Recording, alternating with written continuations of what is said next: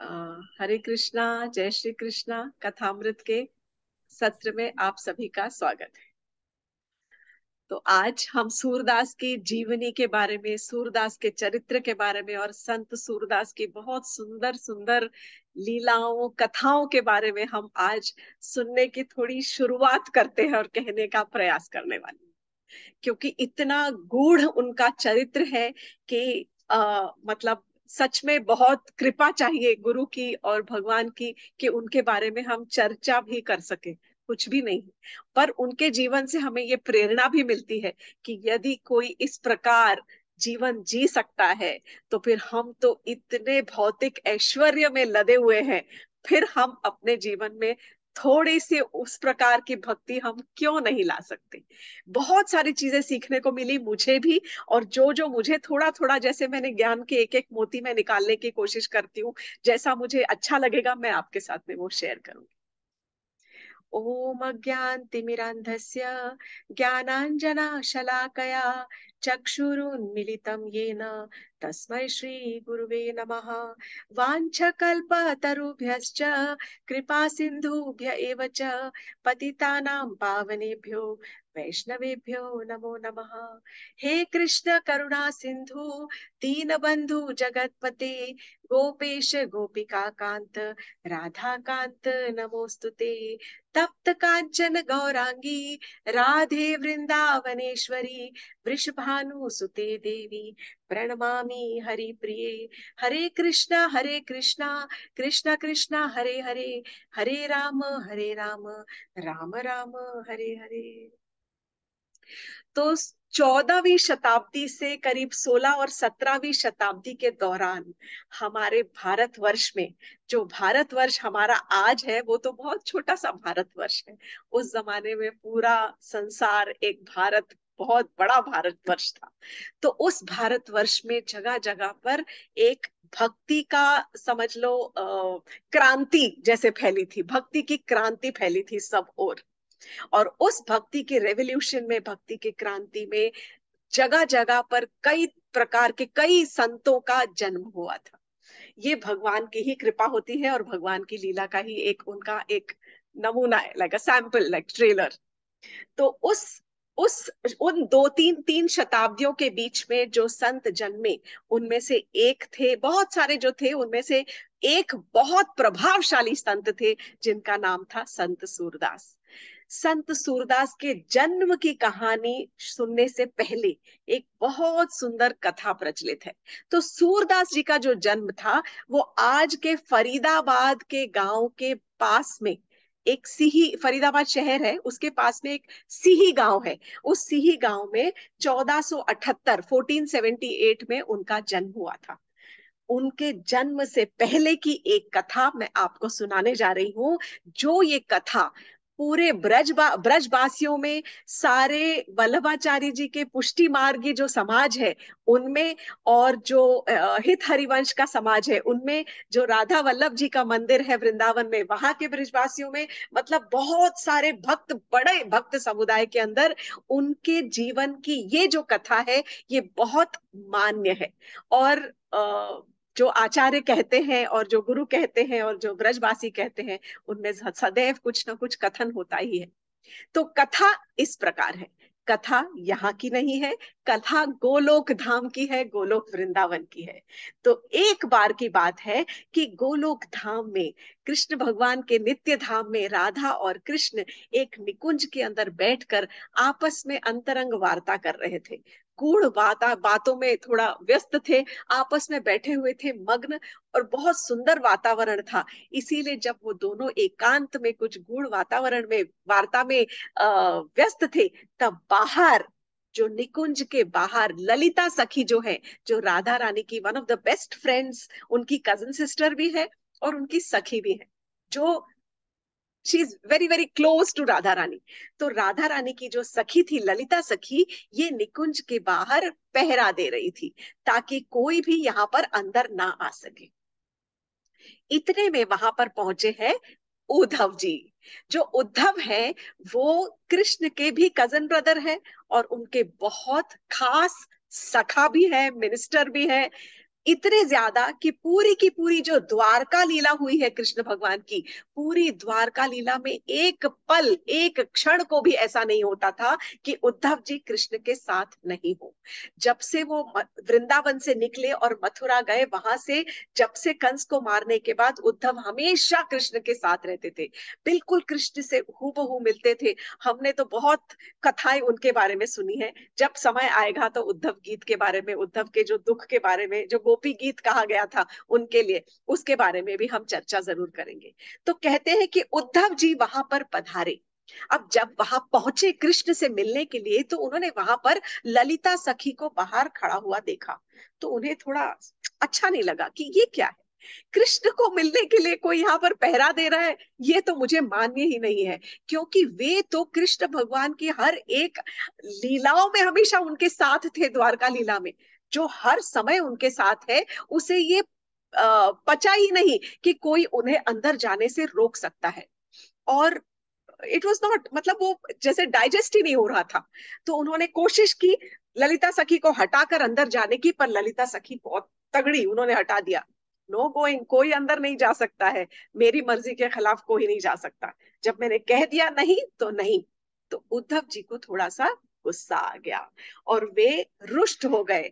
और रुष्ट होकर उन्होंने कहा कि ललिता, क्या तुम्हें पता नहीं कि ये कार्य जो तुम कर रही हो, क्या कार्य कर रही हो, भक्त को अपने भगवान से मिलने से रोकने का जो कार्य कर रही हो, ये तो म्लेच्छों का कार्य है।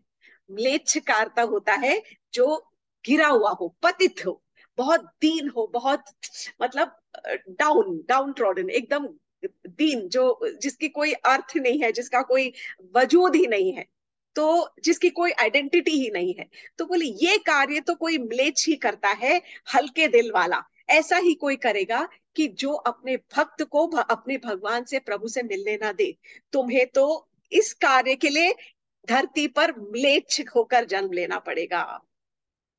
ये कहकर उन्होंने उसको श्राप दे दिया, क्योंकि तुम भक्त और भगवान के बीच में दीवार बनकर खड़ी हुई हो।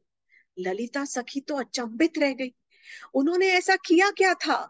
वो तो जानती थी कि अंदर भगवान और श्यामा शाम के बीच में कुछ गूढ़ वार्ता चल रही है, और वो तो जानती है कि सेवा तो वही होती है जो कि कृष्ण या राधा रानी को आनंद दे सके, वही सेवा होती है, और वही तो वो कर रही थी, अपना काम कर रही थी। बिना सोचे समझे उद्धव जी ने इतना बड़ा श्राप उनको दे डाला। तब उस समय पर राधा रानी, ललिता सखी को भी बहुत गुस्सा आया। ललिता सखी थोड़ी अपसेट हो गई, नाराज हो गई, और उन्होंने कहा कि उद्धव जी, आपने बिना सोचे समझे, बिना कुछ, बिना एक एक लम्हा को भी आपने सोचा नहीं, और बिना सोचे समझे आपने मुझे इतना कठोर दंड दे दिया, आपने इतना बड़ा श्राप मुझे दे दिया। आपने सोचा नहीं कि यदि मैं यहाँ पर पहरा दे रही हूँ और मैं यदि आपको रोक रही हूँ, तो जरूर इसके पीछे कुछ ना कुछ कारण अवश्य होगा, कोई ना कोई तो कारण होगा। अंदर शामा शाम कुछ गूढ़ आसपास बातें कर रहे थे, मैं उनको डिस्टर्ब नहीं करना चाहती थी, मैं नहीं चाहती थी कि कोई उनको इस समय पर, उनको बीच में जाकर उनको कोई बाधा डाले, विघ्न डाले। पर जो आपने किया है वो कार्य बहुत ही घिनौना कार्य है। आपने मुझे बिना सोचे समझे मुझे इतना बड़ा श्राप दे दिया है। आपके क्या नेत्र नहीं है, आपके क्या विवेक के नेत्र बंद हो गए थे क्या, क्या आपकी आंखें बंद हो गई थी, आप क्या अंधे हो गए थे। इतने पागलपन में ऐसा क्या मिलने का आपके अंदर गुरूर सवार हुआ था। तब उन्होंने कहा कि मैं भी आपको श्राप देती हूँ, जाइए, आप जाकर अंधे के रूप में पैदा हुई, आप भूमंडल पर एक नेत्रहीन बनकर पैदा होंगे, क्योंकि आपने नेत्रहीनों जैसा कार्य किया है। कैसा कार्य, अपने विवेक के, विजडम के जो आईज है, विवेक के जो नेत्र है, वो बंद करके बिना सोचे समझे आपने इस प्रकार का कार्य किया है। तो आपको भूमंडल पर नेत्रहीन बनकर पैदा होना पड़ेगा। अब आपस में एक दूसरे को दोनों ने श्राप दे दिया। तब कहते हैं कि राधा रानी और कृष्ण भगवान निकुंज से टहल कर बाहर को आए, सारी कथा उन्होंने सुनी और देखा कि ये क्या हो गया। तब उन्होंने कहा कि देखो, जैसा मैं हमेशा कहती हूँ कि भगवान कहते हैं भले मैं अपने वचनों से टल जाऊं, परंतु जो मेरे भक्त अगर कुछ भी उनके मुंह से निकल जाता है तो उसे तो सत्य करना ही पड़ता है। तो इसलिए आप दोनों के ही वाक्य सत्य होंगे, आप दोनों का ही कथन जो है वो सत्य होगा। दोनों को भूमंडल पर जन्म लेना पड़ेगा, परंतु जो आप श्राप भी देते हो उसमें भी मानवता का कल्याण है, उसमें भी मानवता का कल्याण ही निहित है। इसीलिए जब एक समय ऐसा आएगा जब आप दोनों भूमंडल पर एक दूसरे से मुलाकात होगी, जब आप दोनों की एक दूसरे से मुलाकात होगी, तब आपकी श्राप की अवधि जो है वो पूरी हो जाएगी, वो समाप्त हो जाएगी। और उसके बाद आप श्राप मुक्त होकर आप मेरे नित्य धाम में, मेरी नित्य सेवा में पुनः लौट सकते हैं, वापस आ सकते हैं। तो इस प्रकार ये जो श्राप हुआ, तो वो जो उद्धव जी थे, कहते हैं सारे, जैसा कि मैंने कहा, सारे ब्रजवासी में, सारे वल्लभ संप्रदाय में, सारे पुष्टि मार्गी संप्रदाय में, हित हरिवंश संप्रदाय में, सब भक्तों का यही कहना है कि उद्धव जी जो है वो सूरदास के रूप में, नेत्रहीन बालक के रूप में उन्होंने जन्म दिया। ललिता सखी का भी जन्म हुआ। ललिता सखी का जन्म अभी इस वक्त नहीं हुआ है, जब होगा तब कथा के उस स्थान पर, उस समय पर मैं आपको ललिता जी की आगे की कहानी अवश्य सुनाऊंगी। तो अब इस वक्त हम सूरदास के जन्म की यहाँ पर कथा प्रारंभ कर रहे हैं। तो फरीदाबाद के पास ही गांव में 1478 1478 में उनका जन्म हुआ, एक ब्राह्मण कुल में। उनके पिताजी का नाम था रामदास सारस्वत ब्राह्मण, वे सारस्वत ब्राह्मण थे कुल के, और उनकी माता थी जमुना दास। तो जो ये ब्राह्मण थे बहुत गरीब है, वैसे भी उन्हें श्राप मिला हुआ है। आप जानते हैं, मैं भृगु ऋषि की कथा सुना चुकी हूँ कि किस प्रकार उनको श्राप मिला हुआ है। तो ब्राह्मणों के पास वैसे भी ज्यादा धन नहीं होता है, परंतु ये बालक पैदा होने के बाद, जब पुत्र पैदा होता है तो हर घर में बहुत मिठाइयाँ बांटी जाती हैं, लड्डू बांटे जाते हैं, शहनाइयाँ बजती है, पार्टीज होती है। लेकिन इनके घर में जब बेटा पैदा हुआ तो मातम छा गया। क्यों? क्योंकि बेटा तो जन्मांध अंधा था, उसे दिखता ही नहीं था। तो ऐसे बेटे को लेकर ब्राह्मण ने अपना सर पीट लिया कि ऐसे बच्चे का मैं क्या करूंगा। कोई कोई आनंद नहीं हुआ। उसके बाद ऐसा था कि जैसा बच्चे बच्चे के पैदा होने के बाद उनके घर की जो आर्थिक स्थिति थी वो और भी ज्यादा कम होती गई, जितना पैसा था वो और भी ज्यादा कम, उनकी स्थिति बहुत खराब होती रही। तो हमेशा माता पिता दोनों को ऐसा लगता कि ये बालक जो है ये हमारे लिए एकदम अभागा है, बहुत अनलकी है, क्या ही भाग्य लेकर हमारे लिए पैदा हुआ है, इससे अच्छा तो ना ही पैदा होता तो ज्यादा अच्छा था। लिहाजा ये हुआ कि जो सूरदास बालक था उसको कभी भी अपने माता पिता का बचपन से ही कभी कोई लाड़ दुलार प्यार कभी नसीब नहीं हुआ। कभी पिताजी ने अपने गोदी में ना लिया, कभी माँ ने, मतलब जिस तरह थोड़ा बहुत जो दूध पिला के जो लालन पालन करना है उस तरह का किया, बाकी और कुछ नहीं, नथिंग एल्स। एक बार की बात है कि सूरदास के जो पिता थे रामदास सारस्वत ब्राह्मण, वे किसी यजमान के यहाँ पर यज्ञ विधि संपन्न करने के लिए पहुंचते हैं। और वहां पर यज्ञ आदि सब करवा कर, जैसे कि ब्राह्मण जाते हैं, उनके पिताजी के जो वो जो यजमान थे, यजमान ने रामदास ब्राह्मण को उनकी ब्राह्मणी के तौर पर जो देते हैं, उन्होंने दो जो सोने की मुद्राएं थी, सोने की मोहरें, उनको भेंट में दे दी। वो सोने की मुद्राएं पाकर रामदास सारस्वत ब्राह्मण जो थे वो बहुत बहुत खुश हो गए कि चलो कम से कम कुछ महीनों के लिए अब खाने पीने की सुविधा हो गई। वो दोनों मुद्राएं लेकर, सोने की जो मोहरें थी वो लेकर अपनी कुटिया में वापस आए, और लाकर उन्होंने अपनी पत्नी जमुना दास से कहा कि लाओ जरा एक कपड़ा दे दो, इसको अच्छे से सुंदर से एक लाल कपड़े में बांध कर और संभाल कर रख देता हूँ। देखो मैंने यहाँ आले पे रख दिया है, जो खिड़की के आसपास था वहां मैंने आले में रख दिया है। अब कल सुबह ले जाकर इसको मैं बेच के और कुछ महीनों का राशन पानी का सामान मैं ले आऊंगा, ताकि घर में खाने पीने की तो कम से कम किल्लत ना हो। अब बात ये हुई कि अगले दिन जब वे सुबह उठे तो रात भर में कुछ कांड हो गया। क्या कांड हुआ कि घर में एक चूहा घुस गया, और चूहे ने वो मोहरे उठा ली वहां से, और उठाकर घर भर में भागता रहा, और कहीं ले जाकर उसने अपने बिल के बाहर, बिल के अंदर ले जाने की कोशिश की होगी। थोड़ा सा अंदर गया, थोड़ा बाहर रहकर वहीं पे छोड़ दिया, लेके ना जाया गया उससे। अब अगले दिन जब पिताजी उठे और पिताजी वो मोहरे ढूंढने लगे, मुद्राओं को ढूंढने लगे, तो मुद्राएं तो मिला ही ना, कहाँ गायब हो गई। तब उनका भी पारा हाई, टेंशन। आजकल तो छोटी छोटी बात पे सबको स्ट्रेस हो जाता है। यहाँ तो पिताजी बच्चे के पैदा होने से ही स्ट्रेस्ड थे। अब जब मुद्राएं नहीं मिली तो बहुत ज्यादा स्ट्रेस। ढूंढ ढूंढ के, छोटा सा तो घर था, घर के अंदर ढूंढ ढूंढ के एकदम पागल हो गए। जब नहीं मिले तो पता चल गया, और सब घर में चिल्लम चिल्ली होने लग गई, चिल्लाने लग गए कि क्या है, किस प्रकार सफाई होती है, कुछ समझ नहीं आ रहा, मैंने तो यही रखा था, तुम संभालती नहीं हो। अपनी पत्नी के ऊपर भी वो चिल्लाने लग गए, गुस्सा होने लग गए, क्रोधित हो गए।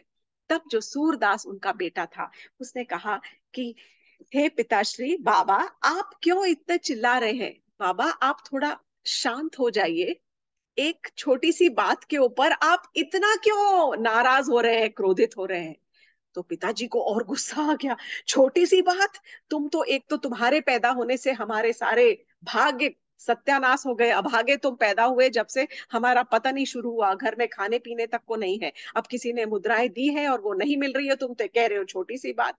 तब सूरदास कहते हैं कि बाबा, जिसने हमें जीवन दिया है वो जीवन यापन का साधन भी देगा, है कि नहीं। इस प्रकार वो अपने बाबा को समझाने लगे। तो बाबा का तो क्रोध नेचुरली, बोले अच्छा ऐसे तुम कहते हो, तुम तो कौन से जन्म का बदला तुम लेने के लिए मेरे घर में पैदा हुए, जो इस प्रकार का ऐसे समय मुझे ज्ञान दे रहे हो। तब सूरदास ने शांत से कहा, बाबा मुझे पता है कि मुद्राएं कहाँ पर हैं। तो बाबा एकदम अचंभित हो गए।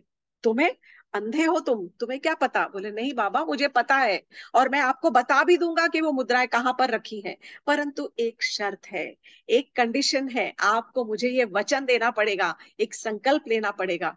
तो बाबा ने कहा, अरे अरे बता बता, क्या संकल्प, क्या वचन देना है तुझे। बोले बस आपको मैं मुद्राएं बता देता हूँ, पर जो मैं मांगूंगा उस बात को आपको पूरा करना पड़ेगा। तो बाबा को तो यही चाहिए था कि जो वो मांगे, बोलो जो मेरे हिसाब में, जो मेरे, जितने मेरी क्षमता में होगा, कैपेसिटी में, मैं आपको दे दूंगा, तुमको दे दूंगा। सूरदास ने कहा, बाबा आप जाइए, छत के ऊपर में जो कमरा रख पड़ा है, वहां पे कमरे के एक फलाने कोने में एक चूहे का बिल है, वो बिल के बाहर आपको वो लाल रंग का कपड़ा दिखेगा, उसी के अंदर मोहरे बंधी हुई है। अब ये तो अंधे थे, पिताजी ने साथ सोचा पता नहीं क्या कह रहा है, पर भागते हुए गए ऊपर, उन्होंने देखा और सच में वहां पर तो वो कपड़ा भी मिल गया और दोनों मोहरे भी मिल गई। अब ये सुनकर तो उनको इतना आनंद आया, बहुत बहुत ज्यादा खुश हो गए। मतलब आज तक बेटे के पैदा होने की खुशी नहीं हुई थी, पर वो जो मुद्राएं मिलने की, हाथ में आने की जो खुशी होती है ना, वो बहुत ज्यादा खुश हो गए कि अरे दो सोने के सिक्के हाथ लग गए। तब उन्हें रियलाइज हुआ, तब उसी समय, सॉरी, ये कहने से पहले ही सूरदास ने कह दिया था कि वहां पर आपको मोहरे, आपको सोने के सिक्के मिल जाएंगे, लेकिन उसके बाद जैसे ही वो सिक्के मिलेंगे, मैं आपका घर छोड़कर चला जाऊंगा और आप मुझे रोकेंगे नहीं। उस वक्त तो पिताजी ने कह दिया था, हाँ हाँ, ये सोच के कि अरे अच्छा हुआ, जंजाल जी का छूटा ये बच्चा घर से निकल जाएगा तो मेरी आफत चली जाएगी, मैं तो इसे निकाल नहीं सकता पिता होकर। जब जब सोने के सिक्के मिल गए, तब पिता के मन में लालच आया, अरे समझ गया कि बच्चे के अंदर तो कुछ खास गुण है, स्पेशल कुछ पावर्स है इसके अंदर, कि भले ये अंधा है पर इसके अंदर कुछ तो स्पेशल पावर्स होती है। देखिए हर एक जो स्पेशल बच्चे पैदा होते हैं, यानी कि अर्थात अगर किसी के नेत्र नहीं है तो उसके कोई ना कोई जो और इंद्रियां हैं वो ज्यादा स्ट्रांग होती है ना, उनके स्पर्श जो है, टच बहुत स्ट्रांग होता है, उनके कान की सुनने की क्षमता ज्यादा होती है। इस प्रकार जो स्पेशल एबिलिटी के जो बच्चे पैदा होते हैं, उनकी एक अगर इंद्रिया काम नहीं करती है तो बाकी की जो चार है वो ज्यादा स्पेशल और ज्यादा अलर्ट होती है। तो ये सोचकर उन्हें लगा इसके अंदर जरूर कुछ स्पेशल पावर या कुछ जादुई शक्ति है, और ये तो चमत्कारिक बालक है।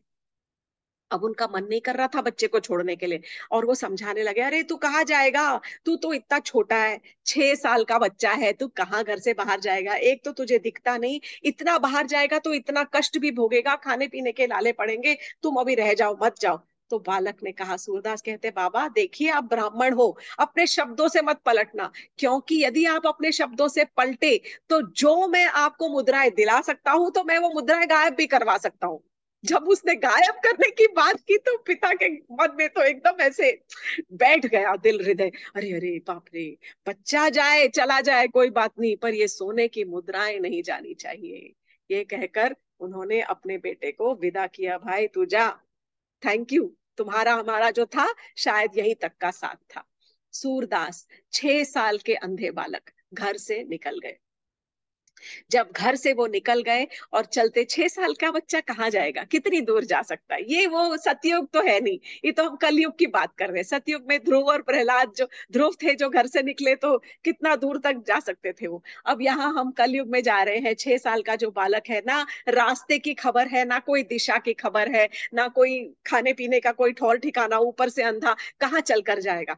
थोड़ी दूर चल कर गए, गांव के बाहर तक पहुंचा, और बाहर एक नदी या तालाब, नदी बह रही थी जब तालाब था, वहां पर एक बड़ा सा पीपल का पेड़ था, ठंडी छाया मिली, बच्चा थक गया था, वहीं पे जाकर बैठ गया, थोड़ा सा ठंडा सांस ली चैन की, और बैठ के सोचने लगा, अब मैं क्या करूंगा, यहाँ पर बैठे मेरा तो और कौन है, केवल प्रभु एक सहारा है, और मैं यहीं पर बैठकर अपने प्रभु का, भगवान का नाम लूंगा और भगवान का भजन करना शुरू करूंगा। वहीं बैठे रहे, कुछ घंटे हो गए, जाप करने लगे, अपने भगवान के नाम का ध्यान रखने लगे, करने लगे। इतने में वहां पर एक ग्वाला आया। ग्वाला घूमते घूमते आया, अब इन्हें तो खबर नहीं, ये तो एक तरफ पेड़ के बैठे। जब वो ग्वाला वहां पर आया, थोड़ी देर थका हुआ, बहुत दुखी, बहुत मतलब ही वॉज इन डिस्ट्रेस।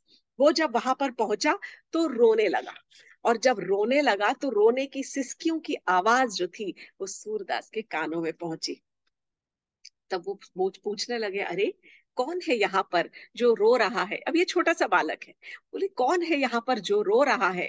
तो ग्वाले ने बच्चे को देखा, और यूं ही कहते हुए कहा कि, मतलब सोचा बच्चा है पूछ रहा है, तो बोला क्या बताऊं तुमसे, बहुत तकलीफ में हूँ। बोले क्या, क्या हुआ ऐसा। मेरी एक गाय खो गई है। मैं अपने सेठ की कुछ गैया जो है ना, वो सेठ की जो गैयाओं को चराने ले जाता हूँ, उसमें से एक गैया को ढूंढ ढूंढ के परेशान हो गया हूँ, न जाने कहाँ भटक गई है, कहाँ खो गई है। अब घर जाऊंगा तो वो जो मेरा जो सेठ है, वो तो मेरी पिटाई करेगा खूब, और मुझे नौकरी से निकाल देगा। मुझे बहुत तकलीफ हो रही है, जब तक वो गाय नहीं मिलेगी तब तक मैं घर नहीं जा सकता बाकी गैयाओं को लेकर। यहाँ सूरदास के मन में थोड़ी दया जाग गई। देखिए, वो चमत्कारी तो थे ही, उनके अंदर स्पेशल पावर थे, दिव्य दृष्टि थी, बाहर के नेत्र नहीं थे पर अंदर के चक्षु उनके खुले हुए थे। उन्होंने कहा, अरे तुम चिंता मत करो। उनके मन में बहुत जो हृदय और कंपैशन जो था, करुणा जागी, और उन्होंने उससे कहा, सुनो इधर आओ, मैं तुम्हें बताता हूँ कि तुम्हारी गाय कहाँ मिलेगी। तब उन्होंने उसके कान में उसको कहा कि सुनो, उस तरफ जाओ, फलानी दिशा में जाओगे, अमुक स्थान पर जाओगे, वहां पर तुम्हें तुम्हारी गाय इस प्रकार यहाँ पर चलती हुई मिल जाएगी। तुम उस गाय को ले जाकर अपने सेठ के पास लौटा देना। तो वो लड़के ने सोचा, अच्छा चलो देखता हूँ, ये बच्चे को क्या पता, एक तो अंधा है, कुछ बोल रहा होगा, पर जब कह रहा है तो देखने में क्या हर्ज है। जब वो गया तो सच में उसको अपनी गैया मिल गई। जब गाय मिल गई तो गाय को लेकर और वो अपने सेठ के पास गया, और उसने सारी जो कहानी थी वो सेठ को सुना दी। क्योंकि सेठ ने पूछा, भाई इतनी देर कहाँ हो गई, इतनी इतनी शाम हो गई, इतनी देर हो गई, कब से आ जाने चाहिए थे, तुम तो इतनी रात करके आ रहे हो। तब उसने जब पूरी कहानी कह सुनाई तो सेठ को हुआ बड़ा अचरज। सेठ वहां से अगले ही दिन सुबह वहां पर पहुंचे, और सूरदास बच्चे को देखा तो और दंग रह गए, ये तो छोटा सा बालक है। सेठ जो थे वो थोड़े करुणा हृदय के थे, और उन्होंने हाथ जोड़कर उस बालक से कहा कि हे बालक, मैं तुम्हारी कुछ सेवा करना चाहता हूँ। मुझे मैं मेरी इच्छा है कि मैं तुम्हारे लिए कुछ करूं। तुम मुझे बताओ कि तुम्हें किस चीज की आवश्यकता है। तो सूरदास ने कहा, मुझे कोई चीज की आवश्यकता नहीं है। भगवान ने मुझे भेजा है, भगवान ने मेरा जन्म कराया है, इस शरीर दिया है, तो वो साधन भी जोड़ कर देगा, कुछ ना कुछ तो कर ही देगा, मुझे कोई चीज की जरूरत नहीं है। तो देखिए, ऐसा है यहाँ पर, सब सब जगह आचार्य कहते हैं कि जो सेवा, संतों की सेवा करना जो है, या वो जीव की, इट इज हिज नेसेसिटी, उसकी जरूरत है, जीव की आवश्यकता है। मतलब संतों को हमारी सेवा की जरूरत नहीं होती है, ये हमें जरूरत है कि हम संतों की सेवा करें, हम गाय की सेवा करें। ऐसा नहीं है कि हम अगर गाय की सेवा नहीं करेंगे, ब्राह्मण की या संतों की या गुरुओं की सेवा नहीं करेंगे तो नहीं चलने वाला। सब चलता है, उनके बगैर वो खुश है हमारे बगैर, क्योंकि अगर हम जाकर कोई संत की सेवा करना शुरू कर देते हैं तो वो थोड़े दुखी हो जाते हैं, उनकी भजन कीर्तन में उनके विघ्न उनको लगने लग जाता है कि बाधा आ गई। परंतु ये हमारे हमें आवश्यकता है, ये जीव की आवश्यकता है कि वो संतों की सेवा में अपना थोड़ा समय लगाए, गायों की सेवा में अपना थोड़ा धन संपत्ति या कोई अपना कार्य कुछ कर्म लगाए, कुछ तरह से किसी प्रकार से कुछ सेवा करे। ये इट इज आवर नीड, हमारी आवश्यकता है। तब संत सब तब जो वो सेठ थे वो कहने लगे, नहीं आपको जरे जरूरत नहीं होगी, पर मुझे जरूरत है, मैं आपकी सेवा करना चाहता हूँ, अगर आप मुझे इजाजत दे तो मैं यहाँ पर आपके लिए एक छोटी सी कुटिया बना दूं। तो सूरदास ने कहा ठीक है, जैसे आपकी इच्छा, आप बना दीजिए। तब गर्मी सर्दी बारिश से बचने के लिए वो सेठ ने वहां पर एक छोटी सी उनको कुटिया बना दी, उसी पेड़ के नीचे एक कुटिया बनवाकर, और एक दो उनके लिए साथ में स्पेशल अटेंडेंट्स रख दिए, क्योंकि ये अंधा बच्चा है, कहाँ से खाएगा, कुछ बना के इसको खिला दीजो और कुछ आगे पीछे इसकी जरूरतों का ध्यान रख देना। ये कहकर ये सेठ ने उनके लिए थोड़ा साधन जोड़ दिया। देखिए ये भगवान की कृपा। अब यहाँ पर धीरे धीरे वो जो बालक सूरदास था, वो सबकी, जब पूरे गांव में इसकी चर्चा फैल गई तो सारे गांव भर में से लोग आने लग गए कि अरे पता है वो जो बालक है उसको तो स्पेशल चमत्कारी पावर्स है। और जब चमत्कार होता है तो सब हाथ जोड़ जोड़ कर आ जाते हैं, सारी दुनिया चमत्कारों को हाथ जोड़ती है, अरे special, great, too good, wonderful. इस प्रकार पूरे गांव के लोग आने लगे, अरे मेरा फलाना गुम गया, मेरा ये नहीं मिल रहा, मुझे इसकी चीज की जरूरत है, आप बताइए। अब सूरदास जो थे वो सबकी इस प्रकार की समस्याएं सुलझाने में बिजी हो गए, और करते करते इस प्रकार 12 वर्ष उन्होंने यहाँ पर पेड़ के नीचे बैठकर अपनी कुटिया में लोगों की ऐसी छोटी छोटी समस्याएं सुलझाई, और बहुत यश और बहुत कीर्ति पाई, बहुत ख्याति, बहुत फेमस हो गए। अपने वही गांव के बाहर ही आसपास के गांव में बहुत फेमस हो गए। उनका नाम सूरदास से क्या हो गया, सूर स्वामी। तो सूर स्वामी जब वो हो गए तो बहुत ख्याति हो गई, बहुत नाम हो गया। 12 वर्ष बीत गए, 12 वर्ष बीत गए, यूं ही पता भी नहीं चला। एक दिन इसी प्रकार बीच बीच में जब वो ध्यान लगाते थे और अपना भगवान का नाम लेते थे, तब उन्हें सडनली ऐसा एक एक अनुभूति हुई, एक रियलाइजेशन हुआ, अरे मैं क्या करने निकला था अपने घर से, मैं तो अपने घर से हरि नाम जपने निकला था, अपने प्रभु को ढूंढने निकला था, और मैं ये छोटी छोटी चीजों में फंस गया। मैं एक छोटे से ख्याति के माया जाल में, यश के माया जाल के अंदर फंसकर, और मैं रह गया। मैं कैसे फंस गया, तब उनको ये पश्चाताप होने लग गया कि ये मेरे लिए नहीं है, ये तो मेरा ध्येय था ही नहीं। मैं तो फेमस नहीं होना चाहता था ना, मैं तो केवल अपने भगवान का की शरण लेना चाहता था। तब उन्होंने उस सब का परित्याग कर दिया और सीधा वहां से 18 साल की उम्र में वहां से निकले, और सीधा उन्होंने सोचा कि अब मेरे लिए समय आ गया है, और वो परित्याग करके पूरा, और वहां से सीधा चल पड़े वृंदावन को। वे वृंदावन पहुंचते हैं, और वृंदावन के पास में एक, गोवर्धन के पास में एक जगह है गौ घाट। गौ घाट पर, वहां पर उन्होंने डेरा डाला, अपनी कुटिया बनाई, और वहां पर कुटिया बनाकर और वे रहने लगे, और वे भगवान का जाप करने लगे, वे भजन करने लगे, और वे भगवान को रोज पद बना बना कर गाने लगे। तब उन्होंने पद बनाने लिखने शुरू किए, पहले भी लिखते थे पर अब यहाँ पर उन्होंने पद लिखने शुरू किए। किस प्रकार के पद थे ये प्रभु के कीर्तन के और दर्शन के पद नहीं थे। ये इस प्रकार के पद थे कि हे प्रभु मैं आपकी शरण आया हूँ, मैं पथ भटक गया हूँ, प्रभु मेरी उंगली पकड़कर मेरा राह पथ प्रदर्शन कीजिए। मैं एक थका हुआ पथिक हूँ, मैं आपके द्वार पर आया हूँ, at your door step, Vrindavan के बाहर मैं खड़ा हूँ, मैं आपके द्वार पर आया हूँ, मुझे राह दिखाइए प्रभु। इस प्रकार के उन्होंने पद लिखने शुरू किए। अब यहाँ पर ऐसा हुआ कि कुछ समय पर उनको पता चला कि महाप्रभु श्रीमद वल्लभाचार्य जी जो थे, जो उस समय के एक बहुत महान संत है, वो चंपारण से गोवर्धन की ओर आ रहे थे, और वो गौ घाट होकर जाने वाले थे। जब उनको ऐसा पता चला सूरदास को, तो सबने सुना हुआ था महाप्रभु जी का नाम, तो सबने सुना था। तब जब सूरदास को ये पता चला, तब उन्होंने अपने वहां पर जो कुछ साधु लोगों से उनसे विनंती की कि जब गुरुजी आएंगे, जब वल्लभाचार्य जी पधारेंगे, तो मेरी एक बार, केवल एक बार उनसे मेरी मीटिंग करवा दीजिए, मैं उनसे केवल एक बार मिलना चाहती हूँ। इसी प्रकार जब महाप्रभु जी वल्लभाचार्य जी वहां पर वो पधारे और वहां पर वो उन्होंने गौ घाट में उन्होंने अपना एक पड़ाव डाला। जब वहां पर पड़ाव डाला तब उनके जो अनुयायी थे, साथ में जो उनके सेवक थे, उन्होंने कहा कि महाप्रभु आपसे एक यहाँ के बहुत कीर्तिवान एक पद गायक है जो भगवान की भक्ति के पद लिखते हैं, उनका नाम है सूरदास, वो आपसे मिलना चाहते हैं। तो इस प्रकार उन दोनों की एक मीटिंग अरेंज की गई। ये तो प्रभु की कृपा थी सूरदास के ऊपर। और सूरदास सबसे पहले जब महाप्रभु जी से मिले तो वहीं पर वल्लभाचार्य जी से उनकी भेंट हुई, गौ घाट के ऊपर ही। जब वहां मिले तो वल्लभाचार्य जी ने उनसे कहा कि हमने तो आपका बहुत नाम सुना है कि आपकी तो कीर्ति सब तरफ फैली हुई है। ऐसा सुनने में आया है कि आपका कंठ बहुत ही मधुर है और बहुत सुंदर आप गाते हैं और भगवान की भक्ति के गीत गाते हैं आप कुछ हमें गाकर सुनाइए। तब सूरदास जी ने उनको एक के बाद एक, दो, तीन कुछ पद सुनाए। अब वो जो पद थे मैं खाली यहाँ पर आपको थोड़ा सा पढ़ के सुना रही हूँ।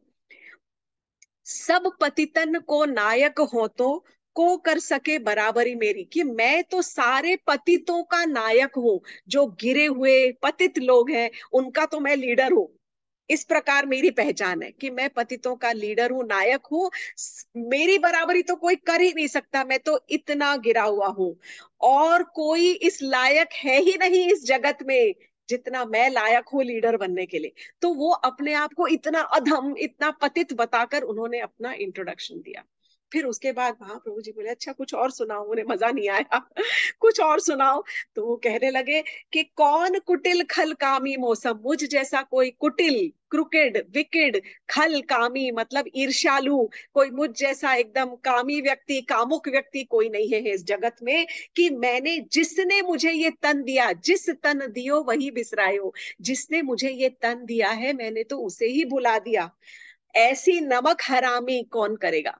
इस प्रकार के वो पद में लिखते हैं कि ऐसा बड़ा नमक हरामी कौन हो सकता है, नमक हराम की जो उस प्रभु को बिसरा दे जिसने उसे ये तन दिया है। अब इस परिभाषा में नमक हरामी के तो हम सब आ जाते हैं, परंतु सूरदास ने जब ये पद कहा तो महाप्रभु जी खुश नहीं हुए तब महाप्रभु जी ने उनसे कहा मैं समझ सकता हूं सूरदास कि तुम आंधळे हो, तुम अंधे हो, परंतु तुम रो क्यों रहे हो, अपने बारे में रो रहे हो क्यों। तुम्हें प्रभु ने इतनी सुंदर आवाज दी है, इतनी मधुर आवाज दी है, इतनी शक्ति दी है कि तुम ये पदों की रचना कर सकते हो, ये काबिलियत दी है, क्षमता दी है कविता लिखने की। तो तुम प्रभु के यश में कविता लिखो, उनका यश गाओ, ठाकुर जी का यश गाओ। इस प्रकार तब सूरदास कहते हैं कैसे गाऊं, कभी देखा ही नहीं उस ठाकुर को। तो जब ठाकुर जी को देखा ही नहीं, तो उनके बारे में कुछ जानता ही नहीं, तो मैं कैसे, उनके कभी दर्शन ही नहीं किए तो उनके बारे में क्या गाऊं। मैं तो केवल अपनी ही पहचान आपको बता सकता हूं क्योंकि मैं केवल अपने आप को खुद को पहचानता हूं। तब उस वक्त महाप्रभु जी, वल्लभाचार्य जी उनसे कहते हैं अच्छा समझ गए, थोड़ा स्माइल करने लग गए। देखिए गुरु अपने शिष्य की हर एक समस्या को समझता है। तब वो उन्होंने, वल्लभाचार्य जी ने कहा कि अच्छा सूरदास कहो तुम्हारे मन में क्या है, तुम क्या चाहते हो। बोले मैं ठाकुर का दर्शन करना चाहता हूँ, मैं ठाकुर जी की यश गाना चाहता हूँ, मैं सब ओर से थक कर आपकी शरण में आया हूँ। आप मुझे अपना सेवक स्वीकार कीजिए, मुझे अपना दास बना लीजिए, मैं आपकी शरण लेना चाहता हूँ। तब महाप्रभु ने कहा सूरदास एक काम करो, जाओ जमुना जी में जाकर स्नान करके आओ। तब जो सूरदास थे वे गए जमुना जी में, स्नान करके आए। स्नान करने के बाद में महाप्रभु वल्लभाचार्य जी ने उसके हाथ, सर पर दोनों हाथ रखे और हाथ रखकर उनको बहुत आशीर्वाद दिया, कृपा बरसाई है खूब उन पर, कृपा बरसाकर उनको सबसे पहले दीक्षा दी है और उसके बाद उनका ब्रह्म संबंध कराया है। और उसके बाद जब से ये हुआ, जब से उनके ऊपर गुरु की कृपा बरसी, तब से उनको सारे अंदर के जो असली नेत्र थे वो खुल गए। वो भले बाहर से नहीं देख सकते थे, पर तब से उनको अंदर असली नेत्र खुल गए, और तब उन्होंने कहा अब मेरे साथ चलो। और तब उनको वो लेकर गए सबसे पहले गोकुल में। वो लेके जाते हैं वृंदावन के भौतिक जगत के गोकुल के अंदर लेकर गए, और बोले सूरदास अब यहाँ पर देखो कुछ दिख रहा है। और सूरदास कहते हैं हाँ महाप्रभु जी, मुझे सब दिख रहा है। और क्या दिख रहा है? उन्हें दिव्य गोलोक के दर्शन हो रहे थे, कि जहां पर कृष्ण की बाल लीलाएं चल रही थी, अंतरंग बाल लीलाएं अपनी माता यशोदा के साथ में। और वो देख देख कर गदगद हो रहे थे, और उनके नेत्रहीन आंखों से अश्रु बहने लग गए। तब उसके बाद महाप्रभु जी उनको अपने घर में, जो उनके जो अपने नवनीत प्रिया जी हैं, उनके नवनीत प्रिया जी के उन्होंने दर्शन कराए। और दर्शन बाहर से नहीं होते दर्शन। देखिए हम बाहर से ही ढूंढने की कोशिश करते हैं। जो एथिस्ट बोलते हैं ये तो भगवान दिखते नहीं, कौन भगवान है। यहाँ तो इनको भी भगवान नहीं दिखते थे, परंतु जब जैसे जैसे कथा बढ़ेगी, आपके सच में आंखों में आंसू आते जाएंगे, किस किस प्रकार भगवान ने इनको किस किस प्रकार दर्शन नहीं दिए हैं, किस कितने प्रकारों में कई बार दर्शन दिए। तो ये तो सबसे पहला था कि जैसे ही गुरु की कृपा इनके ऊपर पड़ी, तब से इनको भगवान के दर्शन होने शुरू हो गए। तब वे गोकुल आए, और सूरदास जब तो थे तब से उन्होंने भगवान की लीलाओं का वर्णन कर दिया। और तब वे सूर जो थे वो सुरों के सागर हो गए। उन्होंने सूर सागर नाम की भी पुस्तक लिखी है, पर वो सुरों के सागर कहलाने लगे, सूर सागर। और सूर स्वामी से पुनः वे सूरदास हो गए। ये तब महाप्रभु जी के सेवा में आ गए। अष्ट छाप कवियों में से उनको एक पदवी दी गई, जो कि पुष्टि मार्ग संप्रदाय में ठाकुर जी को, श्रीनाथ जी के हर समय भोग के समय वो राग गाते थे। सुबह शाम जो भी दर्शन होता था, जो आलाप करते थे, उनकी सारी की सारी वो लीलाओं का वर्णन करते थे। और इतना अद्भुत कि भगवान ने यदि लाल हरे पीले नीले जिस प्रकार के वस्त्र पहने हैं, मोर मुकुट राइट में है, लेफ्ट में है, पगड़ी पहनी है, या तिरछी है बांसुरी, या सीधी है, या बांसुरी कमर में है, या नूपुर है या नहीं है, या बज रही है, किस प्रकार उसमें घुंघरू है, बिना देखे एक एक लीला के एक एक श्रृंगार का वर्णन बहुत बहुत सुंदर तरीके से करते थे। थोड़ी लंबी हो रही है कथा, बहुत सुंदर कथा कहना चाहती थी। चलो लेट मी कंप्लीट इट, मन नहीं भर रहा है यहाँ पर, तो मैं कथा कह के ही रहूंगी। एक बार की बात है कि जब जब वहां पर जब वो कीर्तन करते थे और कथा श्रृंगार का जो वर्णन करते थे, तब एक बार सबको वो जो गोसाई जी के जो बालक थे, ब्राह्मण जो बालक थे, वो उनके मन में ऐसा आया कि ये कहीं ना कहीं तो कुछ गड़बड़ है, कि जरूर जो सूरदास है ना, वो विठल नाथ जी जो है वो महाप्रभु जी के बड़े बेटे हैं। तो जब वो बेटे से उनसे जरूर वार्ता करते होंगे, आपस में डिस्कस करते होंगे कि आज ये श्रृंगार होने वाला है सुबह, आज ये शाम को श्रृंगार होने वाला है, राजभोग में ऐसा श्रृंगार होने वाला है, ताकि उसी प्रकार का वो भजन कर सके। नहीं तो ऐसे कैसे हो सकता है कि सूरदास को कुछ दिखता ना हो और फिर भी वो सारे श्रृंगार का हूबहू बहू इतना सुंदर वर्णन कर दे। विठल नाथ जी ने कहा नहीं नहीं, गलत बात है, संतों की इस प्रकार टेस्ट नहीं लेते। बच्चों ने कहा नहीं नहीं, हमें तो इनकी परीक्षा लेनी है। बहुत मना करने पर भी वे नहीं माने, गुसाई जी ने बहुत मना किया पर नहीं माने। तब उस वक्त दर्शन के जब पट बंद थे और बालकों ने कहा आज हम बहुत सुंदर भगवान के छवि बनाएंगे, बहुत सुंदर उनका श्रृंगार करेंगे। और उन्होंने सब बंद करके साइड्स में खस के पर्दे लगा दिए। और गर्मी का मौसम था, मई जून का महीने का मौसम था, तो खस के पर्दे लगा दिए, उनके ऊपर गुलाब जल छिड़क दिया, बहुत सुंदर सुगंध आने लग गई, और बहुत सुंदर अपने तरीके से एक अद्भुत श्रृंगार कर दिया। और सूरदास को बाहर जो बैठे हैं वो वेट कर रहे हैं कि जैसे ही पट खुलेंगे तैसे ही वो पद गाकर और प्रभु के श्रृंगार का वर्णन करेंगे। तो जब थोड़ी देर बाद जब श्रृंगार पूरा हो गया, जब जैसे ही पट खुले, तो सूरदास जो थे वो भजन गाना शुरू करने से पहले ही उन्होंने बैठे रहे, उन्होंने कुछ किया ही नहीं, उन्होंने भजन गाया ही नहीं। तो वहां पर बैठे हुए जो कुछ भक्त थे और वो बच्चे बालक सब बोलने लगे, अरे गाइए गाइए, बताइए, आपको तो श्रृंगार दर्शन कैसे लग रहे हैं, आज दर्शन हो रहे हैं क्या आपको? तो सूरदास जी मंद मंद मुस्कुराने लगे और सर झुकाकर थोड़ी लज्जा आने लग गई उनको, वो लजाने लगे, उनको शर्म जैसी आने लगी। अब भले वो दिखता नहीं था, पर जब शर्म आती है तो शर्म से थोड़ा सिर नीचे झुक ही जाता है। बोले क्या बताऊं, आज की दर्शन, आज की छवि तो बहुत सुंदर है, पर मेरे से बयान ना होगी, मैं कह नहीं पाऊंगा, मैं नहीं, मतलब वो क्या सुनाऊं क्या सुनाऊं। तो बच्चे बोले नहीं नहीं, आप बताइए किस प्रकार के दर्शन है, थोड़ा सुंदर, आपके गाने के बगैर तो भगवान खुशी नहीं होते, क्योंकि श्रीनाथ जी तो हमारे भोग और राग के ठाकुर हैं, उनको तो भोग पसंद है और उनको राग सुनने का बहुत अच्छा लगता है, क्योंकि हर भोग के समय, हर दर्शन के समय उनके लिए गीत और भजन होना जरूरी है। तो बहुत मनुहार करने पर बार बार उन्हें लज्जा आती जाए, शर्म आती जाए, बोले ऐसा तो दर्शन कभी देखा नहीं, शायद ऐसा लगता है ऐसा दर्शन तो माँ यशोदा के देखने के बाद आज पहली बार शायद मुझे ही ये दर्शन नसीब हुए हैं। और बहुत लजाते लजाते उन्होंने ये भजन गाया। देखेरी प्रभु नंगम नंगा, देखेरी प्रभु नंगम नंगा, जल सुत भूषण अंग विराजत, बसन हीन छवि उठत तरंगा। अर्थात देखेरी हरि नंगम नंगा, पूरे जो भगवान है पूरे नंगे खड़े हैं, कुछ भी नहीं शरीर पर, एक कोपिन भी नहीं, एक वस्त्र भी नहीं, तो क्या पहना है? जल सुत भूषण अंग विराजत, जल सुत भूषण, यानी जल के अंदर, पानी के अंदर जो पैदा होता है मोती, उसका आभूषण उनको पहना रखा है। खाली गर्मी के मौसम में केवल मोती की एक माला डाल रखी है उनके ऊपर।